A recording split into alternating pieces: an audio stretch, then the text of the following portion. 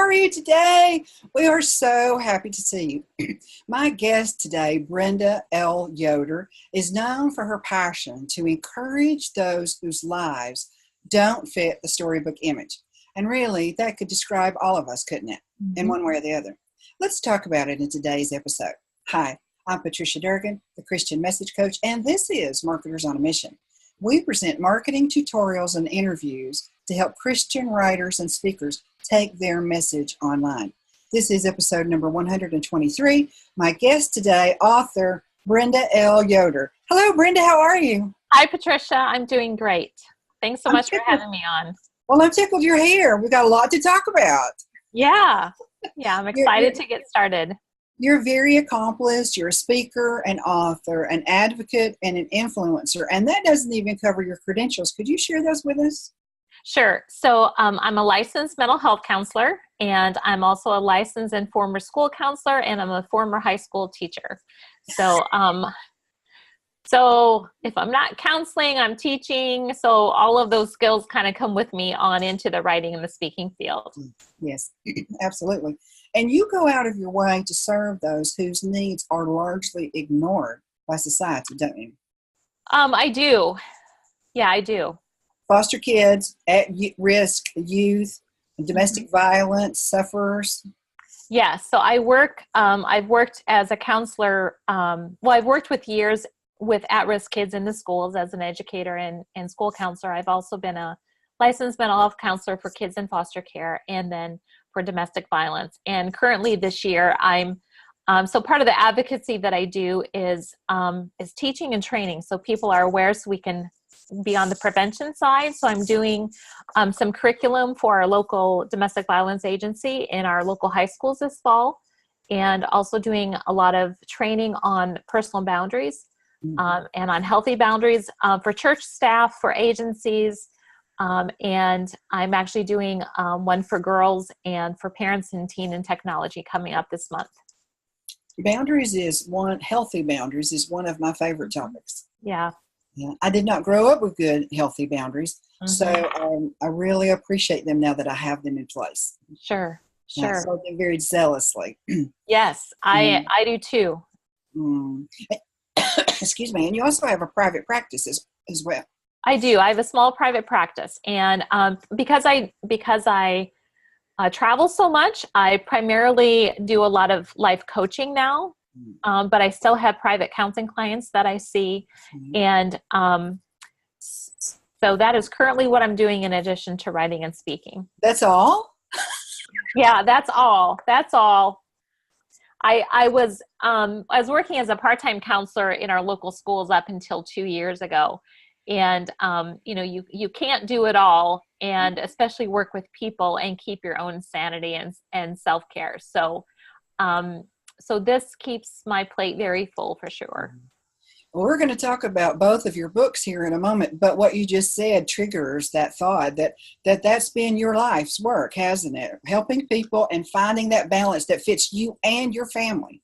Exactly. In fact, that's the title of my first book, which is about all of that, balance, busyness, and not doing it all.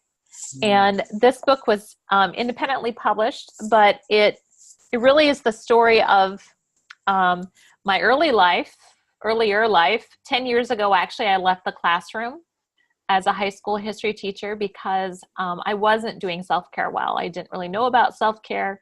I didn't know about the boundaries of saying no, and I was raising our family. We have 4 children. I'd been a stay-at-home mom for about 11 years and then went back to teaching when my youngest was 2.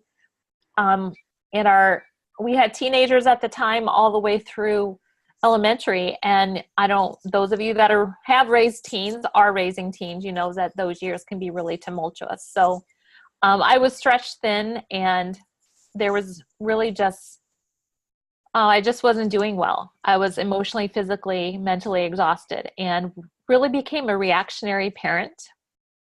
And so I had to look at the elements that I could control.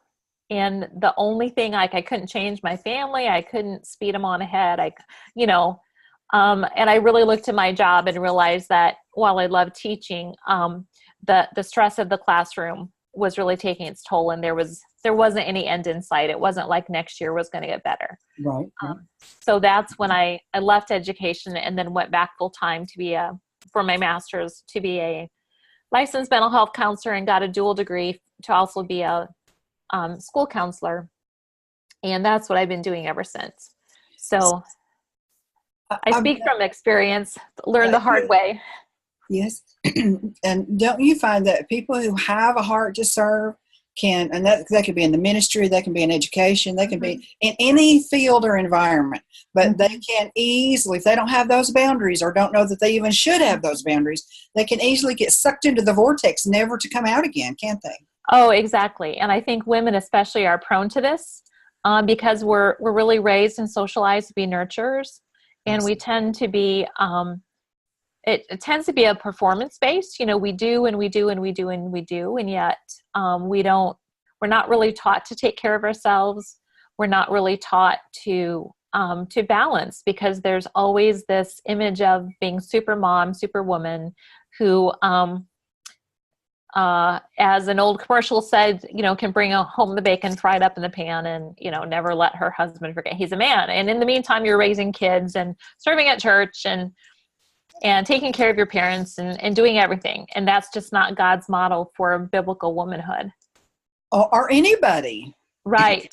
And it makes him look like a harsh taskmaster instead of a loving father.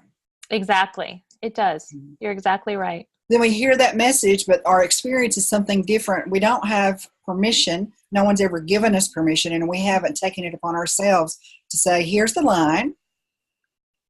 And we're not moving beyond the line, and this is for my benefit and everyone else who knows me.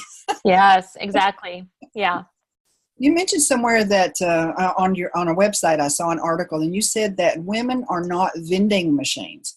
What do you mean by that? Yeah, that was the most recent blog post I just wrote, dealing with all of this about knowing your needs, about knowing your needs and speaking up for your needs. And that is something that, again, women are not socialized to do. We're expected to give and give and give and give. Mm-hmm. And I often ask that question when I'm working with a client, a coaching client, or even a student. What are your needs? And I've just been struck recently at how often the response is, well, I've never thought about my needs, or I've never said my needs, because somehow it's considered selfish or prideful if we think about ourselves and our needs. And yet we all have basic mental, emotional, spiritual, and physical needs. And what happens often is that women especially will tend to look to their spouse or their children to meet their needs. And then we have these expectations, and when those expectations aren't met, it just creates this cycle of then conflict in relationships. And it really is a big source of serious problems in marriage and in family life. Mm-hmm. This has been prevalent for a long time. It's not going to stop tomorrow, but it still has to be discussed, and a light needs to be shown. Here's the actual truth. Do you feel that you're pushing a boulder up the hill? I don't actually. I think because I do hear more talk in the Christian community about real problems. So when I first started writing about 10 years ago, I was really writing out of my own need to, hey, I've lived the formula. I did the formula: perfect Christian woman, godly wife, Christian mom, and it got me to a very damaging place because I was doing it all. But I think with kind of the Me Too movement and a lot of the problems that are just very prevalent in society that we can't ignore, children are becoming more addicted, social media, all of this, that I think in the Christian community, we're starting to listen to each other more and really look at problems rather than just symptoms that have a Band-Aid answer for them to be fixed. And isn't it time? Yes, it is time. It is time. But I got quite a bit of response from that article. The title was just 5 things you need to know about 5 things to know about your needs. And I heard from several women how important it is, because it doesn't change from season to season. when you're a young mom, you tend to just do and do and do and do, and you really don't have the space to say, hey, I need this. And then when you're the season that I'm in, which is a fledging mom, which is the title of my new book, you have a little bit more time and space to look at your needs. But I hear from older women, retired and even further on in their lifespan, that the idea of stating your needs, especially in your season of life, just is something we don't give ourselves permission to do. And do they see their daughters and their granddaughters following the same cycle, and they're just concerned about it? Yes, I hear a lot from grandmothers. I hear a lot from moms of adult children who have grandchildren saying they're just so busy, they're just so busy, they're just so busy. And yet, what I've observed as a woman who was born, I was born after the baby boomers, so I'm not a baby boomer, but I'm also born before, I don't know, we're kind of the generation got lost in the hole, but being lost in the hole meant that I benefited from the generation ahead of me, which were the boomers, because they allowed us to have all these opportunities. But then I started parenting in what I call the mommy wars, when all of a sudden in the Christian community, they were fighting against women working, kind of like, in the 90s when back around. Yeah, when they're saying, no, women working, in order to be a godly woman, you need to stay at home. And they were trying to revalue the role of the woman in the home, which I do greatly appreciate that and honor that, because I was a stay-at-home mom for 10 years by choice. But I'm saying all of that to say that I think in kind of liberating women from their roles that they didn't have options with, back in my mom's generation, is that we gave this persona of we can do it all. We are capable to do it all. And the capable of doing it all that's not a healthy thing. And so I think for a lot of us as moms, we did try to do it all because we were told we can do it all and we think we can do it all. But in doing all, that's what our daughters and our sons looked at. Yes. And there seems to be just excessive busyness in today's culture. That's a lot of what I talk about in my first book, is prioritizing the busyness for the season. So when your kids are young, let go of certain things that you will be busy with later, but you don't need in that season of life. Right. And then when your kids are in elementary school, you don't have to do all those things. There's going to be time for different things. Again, when your children are more my age, they're starting to leave the home, you have more time and space to do things. We kind of tend to look at our life as a box rather than a timeline. And if we don't get it all done in this box, we're going to miss all these opportunities.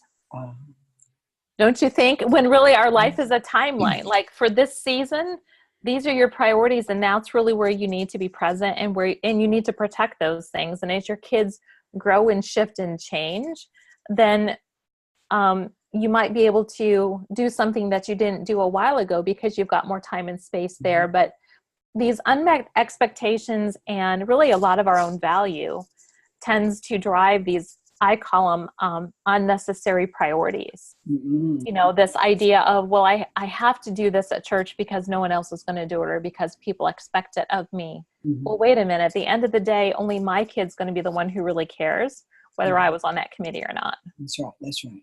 And if I'm not available to meet their emotional needs or to even be aware of their emotional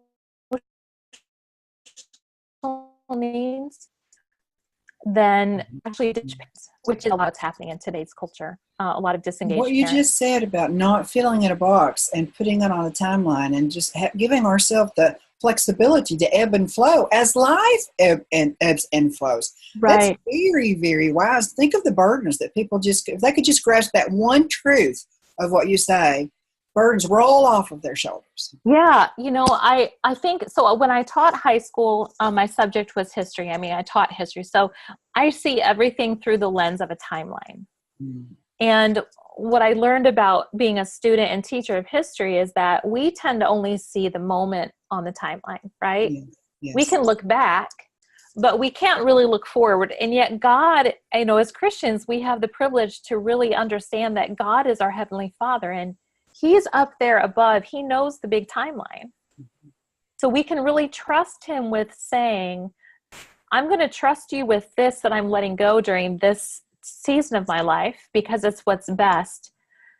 And I have all this fear about the cause and effect of that, even something as small as kids and their sports that they're in, so many parents are so busy, crazy that they think if I don't get my child in every event right now at age 6 or 9 or 12, well, then they're not going to be popular. They're not going to have those opportunities when they're older. They're going to miss out all this other stuff when really God is the author of their timeline. And if we can trust Him with our children and with our own priorities in the moment because we're being obedient to Him and what's best for them and what's best for us, then we can trust Him with the future. Yes. And yet we tend to think if I don't do it all right now, then this won't happen down the road. Well, we don't even know what's going to happen down the road, but God does. Mm-hmm. And we can trust Him with those things. Mm-hmm. Good stuff. Good stuff. Let me take a second and check on Facebook and see if we have any questions or comments. Oh, yes. Robin Bertram says, hello. Hi, Robin. Author L.B. Johnson, she says hello as well. Okay, good. Thank you both for joining us today. We appreciate it.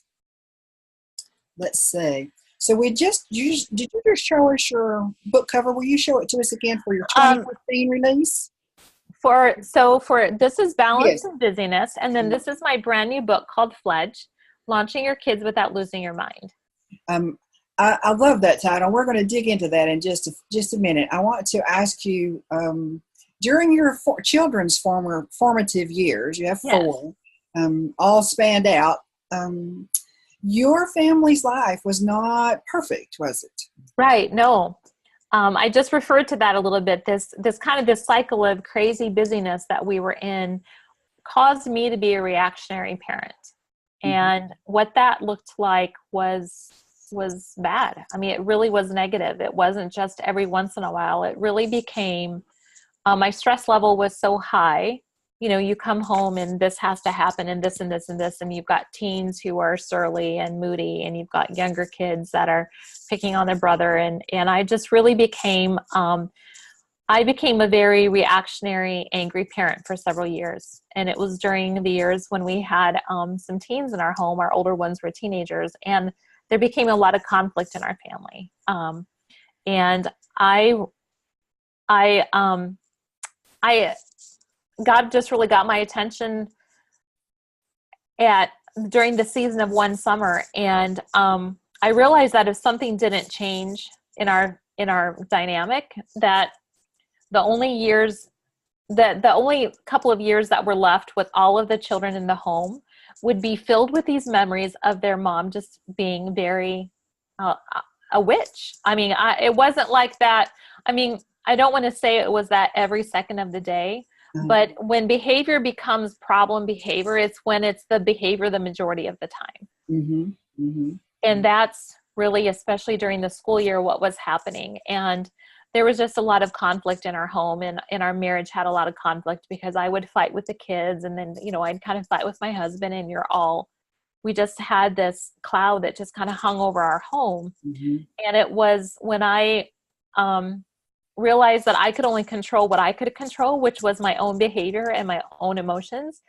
And I wasn't doing well. I needed space. I needed time by myself. I needed a job that wasn't so demanding. And I looked at a sabbatical, and it was in researching a sabbatical that I really realized that that teaching in the demands in the classroom weren't going to change, unless they were going to hire another teacher, which didn't happen. So I looked into counseling. I had always thought about being a school counselor, and I looked into a dual program because I really wanted something full-time and flexible or part-time. And there just aren't a lot of part-time positions in schools. And right. So I jumped into graduate school when my oldest was a junior in high school. We went from a 2-income family to a 1-income family, and haven't looked back since. God has provided for us financially. He's provided for us with healing in our family. Healing didn't happen overnight, Yes. But as my behavior changed, then our family started changing and our marriage started changing, and God was very faithful with those hard decisions. Mm. When I read in your bio that you were doing filling all these various roles, and so that in order to have a simpler life, you dropped the job at this school and enrolled in a double major. That was a little bit of a juxtaposition there. Sure. Well, okay, so I'll explain that. And I think I know that sounds crazy, like you went back to school full time, so you left teaching, you went back into a full-time master's program. But what that gave me, so I'll tell you what that gave me was, well, two things. So the other thing I want to mention is that my husband's a teacher, but he was also a dairy farmer at the time too. So during the first 18 years of our marriage, he had 2 full-time jobs. I mean, he was full-time teaching. He helped out with the dairy, and then he started managing the dairy. And so he would teach 4 periods, and then he would milk and manage the dairy. And I don't know if people know anything about dairy farms, but when you're a dairyman, you're on call all the time. I mean, cows don't take a vacation from being milked. So right. We were used to this family cycle of you work until the work is done and then you go to bed. So that was the family culture that we were just in, and that's kind of the farming culture. It's just what you do. And then in going back to graduate school, what the freedom that gave me, even though it was a lot of hours on the road, was I was by myself for the first time in my house since my daughter was born, which had been, 17 years. And that's what I craved. I was never in my house without children. And so I worked at this job where there were kids all day long. So I worked with 180 teenagers all day long. I drove my own kids. You wake up, you drive your own kids to school, you walk into a job where you're on call again all the time. You're dealing with teenagers. You leave, you go to your own kids' practice. You've got kids in the car with you because none of them can drive yet. And then you come home and you're with people all the time. There was always someone pulling for me all the time. And I'll never forget that first day when, so I had class 3 days a week that I drove an hour to, one way. But on those other 2 days where I didn't have class, I was in my house by myself. And even though I was reading all of this graduate work, I could sit there in my sweats with silence in my own home. And honestly, Patricia, that factor in itself was so therapeutic for me. I often said I felt like my head was pinned against a wall and there was no way out. And that's really how I felt. I just felt like I had no mental space that was ever without someone pulling for me in some way. And I think a lot of moms feel that way. And so I know for myself that going back to graduate school, again, was just for a season. But even the time in the car by myself, those 2 hours on the road, 3 days a week, I didn't despise that. It actually was very, very needed. It actually was very healing. I didn't have anyone, mom, So, so those seasons all kind of grow and change, but it actually wasn't as bad as what it had been. It was actually a respite for me in ways, and it was a new way of learning. It was me taking in rather than giving out. When you're teaching, you're constantly giving out. So I was in a different place where I was learning new material, and then being able to even enter into the counseling field where all of a sudden now I was starting to understand a lot of things that I didn't necessarily understand before. I didn't understand about being a reactionary parent. I didn't understand about power struggles, which is what I always got into with especially my teenager at the time. I didn't know those parenting tools that would have been so helpful to me, years before. But because I was learning those things and I was giving myself this space of self-care, allowed me to really change the trajectory of my parenting and of our family. And, God has been working a miracle ever since then. And that's his way, isn't it? He pulls us aside, whether that's a series of events that are negative or there's, in your case, it was a great opportunity. Doesn't make any difference what you call it, but he for our benefit, he will pull us aside. Exactly. Yeah. And give us time to hear him. Exactly. And you know, it was during that time I went through a lot of personal growth at that time. I had just turned 40. I was really dealing with a lot of my own identity issues that I had come with. You know, we kind of jump into our 20s with the baggage of our childhood, and we kind of plow through and enter our 30s, and we're so working towards the future that we kind of get to this midpoint in life where we joke about the midlife crisis, but we really do. Everything kind of catches up with us at somewhere along the way. And so, in looking at wasn't going well for me, it gave me the time and space. God really worked in me a lot of things that I needed to deal with and heal through, that I was able to do during I would say, a season of about 4 years. And in the process of that, learning what self-care is, learning about boundaries, learning about priorities. And, you know, I really had to put my family as a priority when I left the classroom. I felt like a failure. I looked around me and looked at all these other working teachers, you know, working moms who were teachers and raising kids. And why couldn't I raise my family with, you know, why couldn't I do it? But I've learned and continue to have as a practice that we really have to be aware of what are the most essential needs for our family and for ourselves in our season of life.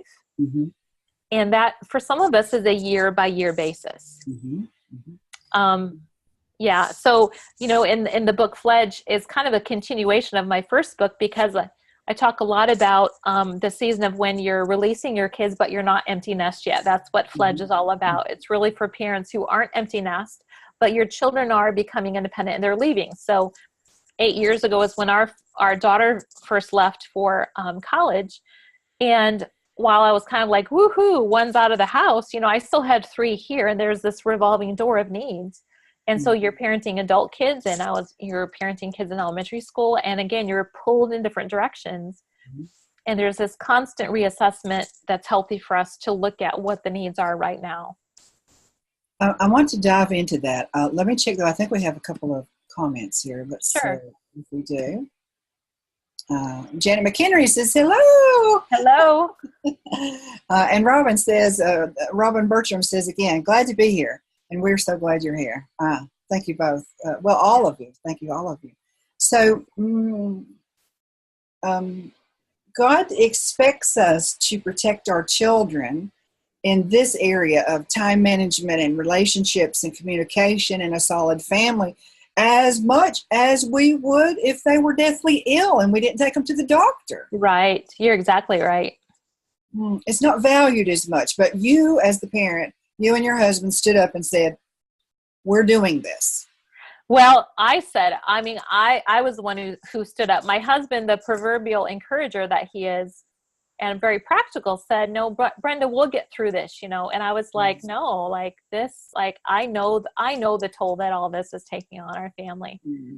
And, but he was also supportive, you know, of us stepping back. And I really am a firm believer, because it's been what I've had to practice out of need, but it's also what God has proven faithful in, is that when you make hard decisions, you know, for your family, that other people may not understand, like, God is faithful.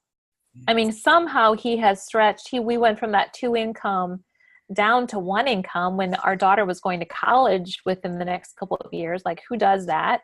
But, we learned how to stretch, and, you know, God stretched that.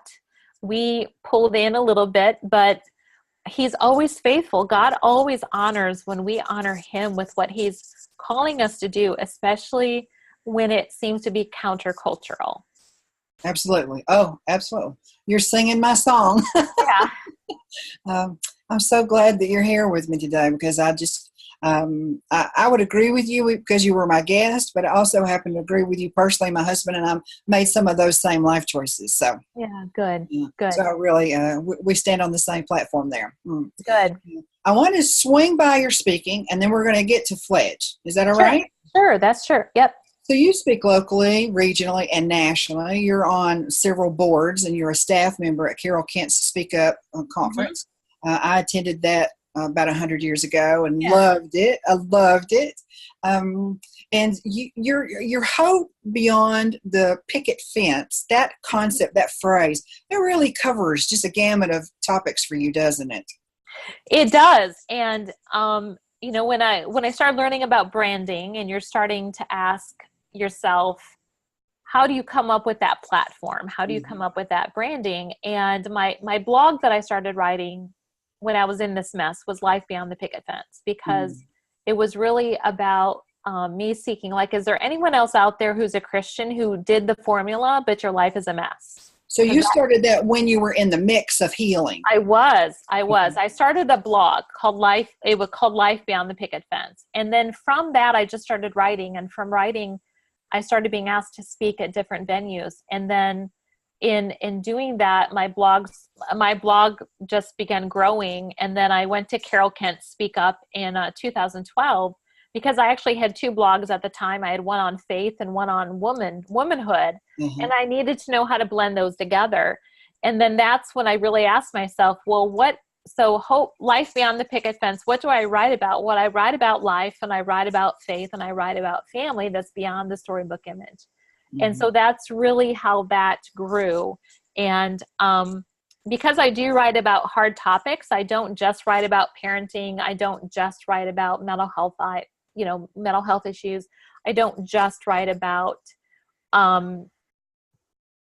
different things that fall under that umbrella, but it also defines that I don't speak. I'm not a light speaker. So like, I'm probably not the person to ask to come give a 20-minute talk at a women's tea, where we don't want to talk about anything that may make anyone one slight bit uncomfortable. But I am the person to speak about any topic that really is where we all live, that we need to talk about in order to really be authentic Christians, and also to share the gospel. So I have the great privilege to speak for Stonecroft Ministries, and part of that ministry is sharing your testimony with the gospel. And one of the greatest things I love to do is to be able to share that while we looked perfect on the outside, we were a Christian family who was falling apart. And the hope in that is that God was the one, through the Holy Spirit, who changed me. It wasn't something I just did on my own, but it was truly the Holy Spirit convicting me moment by moment and starting to change our family. With eternal consequences. Exactly. Yes. Yeah. All right. So, FLEDGE. Yes.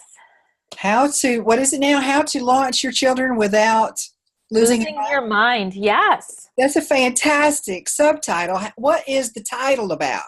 So actually, I give all credit to my publisher, Herald Press, because my proposed title was not this. It was Raising to Release, which was what it's about. But, they look at it from a marketing standpoint and all of that. So then they came up with another title that had a twist on the empty nest. And I was like, no, this really is not it. It's not about the empty nest. And the empty nest brings so much baggage with it. I'm not empty nest yet, so don't force me to be there. And that's part of what this book is about. FLEDGE means, it has two meanings, which is just God ordained. FLEDGE means for a bird to develop strong wing feathers that are ready for flight. Which perfectly describes the process of our children becoming strong so that they can fly. The second meaning ties perfectly into the scripture that the book is based on, which is Psalm 127. And the second meaning is to put feathers on an arrow. In Psalm 127, one of the key verses that I talk about in FLEDGE is like arrows in hands of a warrior are children born of one's youth. So I was just amazed when they came up with this title and said, think about this. And it so perfectly describes every amount of the content that is in this book and this stage of life. I like it that it's unique. It's easy to remember. It's only one word. It is different, but that makes it stand out in a good way, because if you didn't have that subtitle, it could have gotten lost very quickly. But that subtitle explains what's going on. Sure. Yeah. And it immediately gets my attention. Yeah, yeah, they did a great job in coming up with that. And, as authors, we're constantly thinking about that as we're writing book proposals, and as we're, even whether it's a blog post or a book proposal, is really thinking about that marketing piece. It's the title of your book is just an enormous undertaking, isn't it?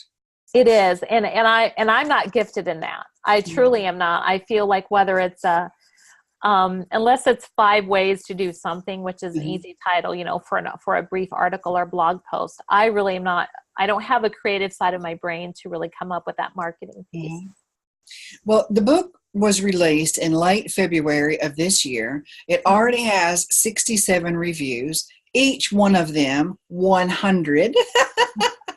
And one lady said, where was this when I was raising my children? Right. It's going very well, isn't it? It is. In fact, I love to continue to hear people who email me or message on social media that they have just picked it up and they are reading it and they're sharing it with their friends. I think that's the biggest marketing tool you can have, is when you write something that the reader says, no, you need to read this. And it's especially timely for women who are starting school. So when, a new school year just started, so here we are 6 months after the book has come out, and it's kind of had this reemergence, every school year. So every spring when kids are graduating or moving on to their next stage, and every fall when school is starting, FLEDGE will be a resource for women over time. That is a great marketing point. You have 2, not that you can't market all year, I'm sure that you do, but I mean, you have already pre-designated, the life events have already pre-designated it so that there are 2 times a year specifically that people are searching for that kind of information, and there's your book. That's great. Sure. And I wish I could say that I'm on top of that all the time, which I hope from years coming forth, is that that would be my strategic marketing for that. When the book came out late February or early March, book releases are just so exhausting, that's all I did. Really, I just got off this book release kind of cycle in July. I just had my last event in July, speaking event, not all related to FLEDGE, but and then having that, so again, that time of sabbatical, of self-care, to kind of give myself a few weeks break. My family was home, and then jumping into this reality of, everyone's starting school right now. And on Facebook in my feed, there's all these moms who are experiencing all these feelings that I talk about in FLEDGE when your kids are leaving, or when they're going to kindergarten or going to the next stage. And so I realized I really had to be on the ball to kind of put the book out there again over the last several weeks, so that parents and moms especially know, hey, wait a minute, there's a book that I wrote specifically for you. Because 2 years ago, when my 3rd child left, is when I was a mess. And I realized that, wait a minute, what are all these feelings? Why am I like, I hate him one day, but then I'm bawling the next day? And I realized I had all of this grief. I was crying, and through a blog post, I called it mom grief. And that's really the first chapter of this book, that whether it's taking your child to kindergarten for the first time, or dropping your last one off at college, which is what we'll be doing next year, there's all of this grief. But it's not just the grief of missing your child. There's multiple elements of grief. So true. We couldn't even write them down. It just compounds, doesn't it? It does. And so what I've heard from women, the first chapter is on mom grief. And it identifies all the different types of grief. So not just in grief of losing your children who are physically leaving, but the loss of your role as a mom who's actively parenting. For a lot of people, it's the grief of not bearing children anymore. I mean, that was a real thing for me. It wasn't that I wanted 10 more children, but I really did grieve that I didn't have younger kids coming up in the ranks. We have 4, so there's always been kind of someone there. Then all of a sudden you turn and there's no one there anymore. And there's this grief of youth. Whether you want to admit it or not, by the time your oldest one, your kids are ready to leave the house, you're somewhere between late 30s to like late 50s, and you're midlife. Do the math, between 40 and 50, you're midlife. So And then there's the grief, which is a grief that I had, which is the grief of regret. You know, when my firstborn left, I had all of this grief because so much of the time that the children were together while she was home was filled with this conflict of me being a reactionary parent. So there's a lot of grief that parents bring with them. And my editor even suggested there's the grief of that a parent might have for a child who didn't have the childhood that you hoped for them because they have disabilities, or, you know, they were bullied, or they had some adverse impact upon them. And then there's the grief of loss of even children that may have died, whether through miscarriage or death, that as one children graduates, you may be grieving the loss of your family that was at one time and should be at all these milestone markers. So, but as women, we don't know all those, we don't know that's all happening when all of a sudden we just start crying in the middle of the grocery store, you know, some odd place, then we feel like we're losing our mind. We feel like we're a mess, is what we feel like. But that first chapter articulates those and puts words to those feelings and those thoughts. And that empowers your readers, doesn't it? It does. They know I'm not what I thought. I'm not lacking in any way. I'm just experiencing multiple kinds of grief. Exactly. And that's what I've heard from women, which is what, you know, as a writer, we write hoping that our work is going to impact those who read it. And that's been the biggest blessing to me, has been to hear from others who said, you wrote about my family, you wrote about my story, because it has my personal stories in it. At the beginning of every chapter, there's a small personal story. You know, when it first comes out, my fear was, oh, are people going to read this and think it's all about my family? But then when I hear from readers, or someone leaves a review that says, you wrote about my family, then I realized that all of these experiences in this fledging process of letting your kids go is universal to women. Yes. We could talk more about this. I know we could. It's a very rich, deep topic that applies to everyone. Even if you don't have children, you have children that you care about. Sure. And they go through changes. So, I mean, it encompasses every person of the female gender. Right. Let me check Facebook one more time, and we're going to get to the marketing element. Okay. Kim Morgan says, I was a stay-at-home mom, and we made it work. Frugality taught me to do life with faith and simplicity. Yes. Absolutely. Yep. You're ringing our bells, Kim. Yep. Kathy Jones is here. She said she's watching in Michigan. Thank you so much for being here, Kathy. Oh, good. So let's segue to marketing. You were very well educated, and yet you needed the help of an editor. Tell us what you learned from that editor that you were working with. Sure. So I had a wonderful editor at Herald Press, Valerie Weaver Zerker. I hope I didn't get those names switched around, but Valerie was an incredible editor, along with Melody Davis. And I learned so much from that. So even though I'm accomplished, I'm a professional in mental health and education. I didn't go to school for writing. And so what I learned from the editing process is they give a different perspective of the reader that we don't always see, because we're looking at it through our own life experience and through, you know, we're writing about what we've experienced. And they really brought to light thinking about different populations who might be reading this book, and how to just add that extra sentence or that additional content so that a reader of maybe a different socioeconomic group or race or religion, even though it's a Christian book, of how they're going to be perceiving that, of how you just wrote that. And I think that was one of the greatest benefits I learned through the editing process, was to really hear from other people's perspective through the reader's eyes, because that's not always my perspective as the author who's writing about it. Right. And it makes your message broader and more applicable, more effective, right? Yes. Yeah, for sure. Loses some of that exclusivity that was completely unintentional.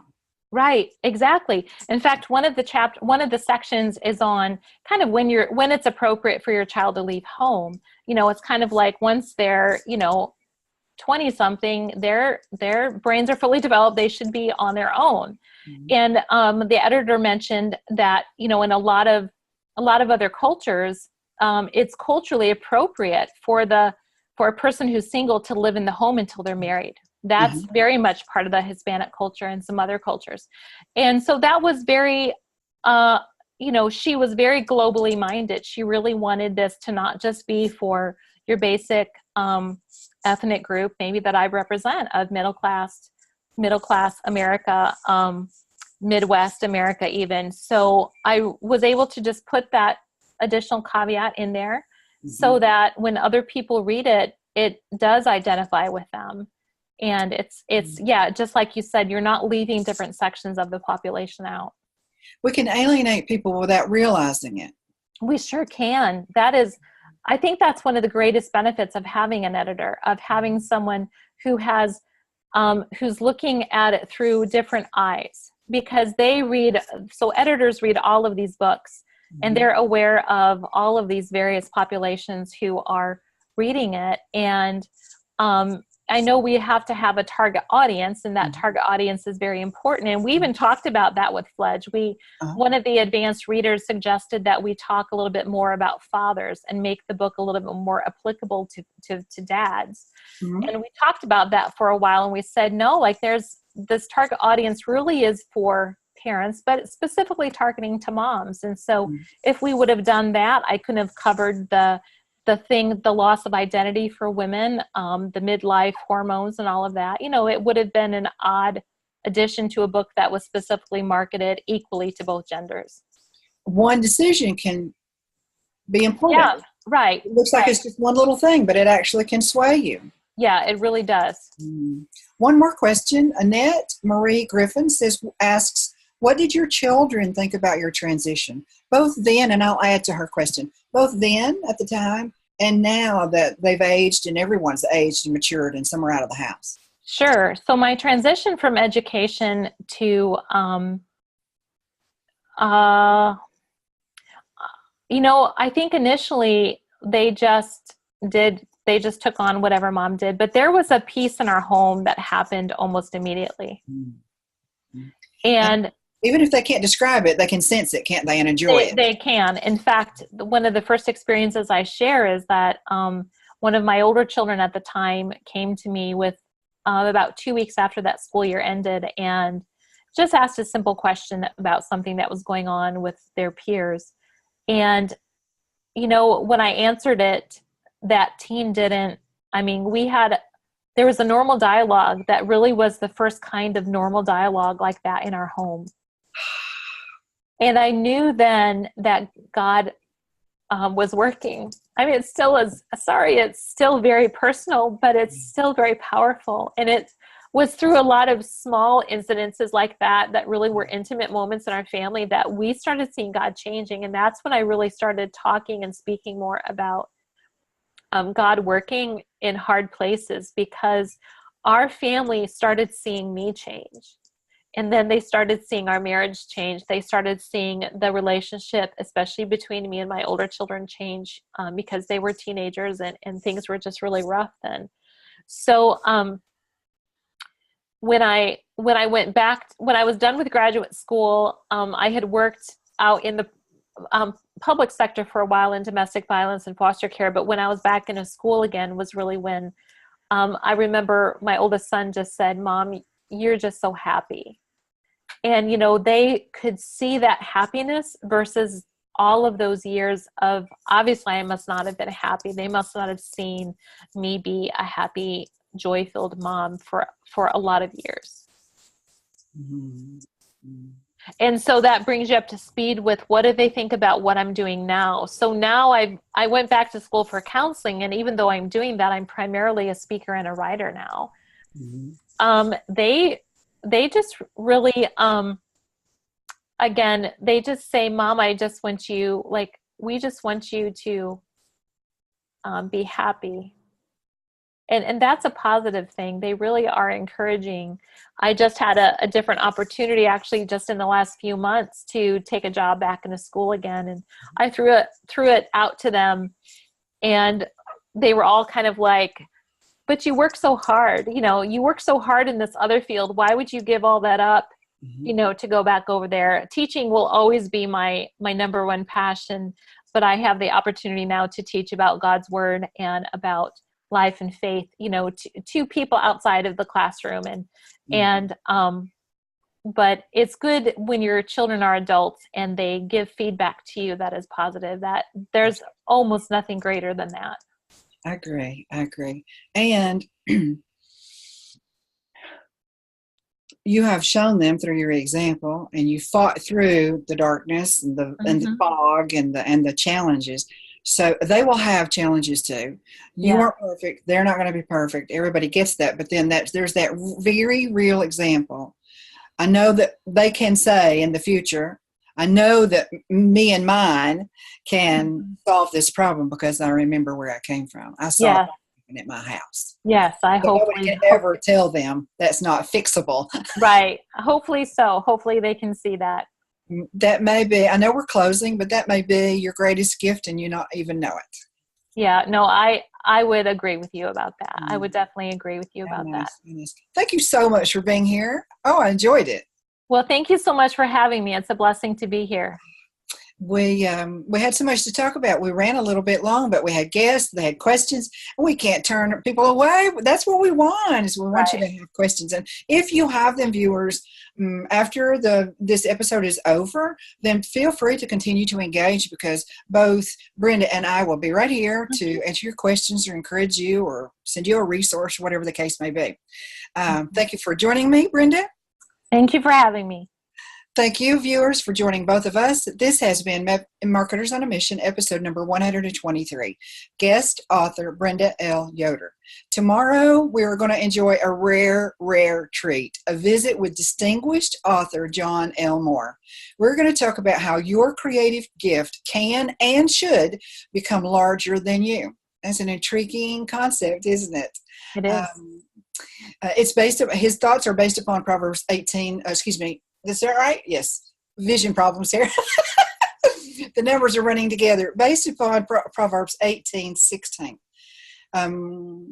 You're going to enjoy it. You're just going to enjoy it. He is a deep thinker. He has got the long view. He's been in the CBA for almost 30 years or more. He's going to teach you something tomorrow. This show is designed for you, to serve you, to bless you, to educate you, to help you learn more about online marketing so that your message in your writing and your speaking can spread across the globe for Christ. Thank you for being here every single day. We're here every weekday, 12 p.m. Pacific, 3 Eastern, and we'll be here again tomorrow.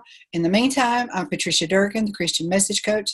Brenda Yoder and I thank you so much for being here. See you tomorrow. Bye.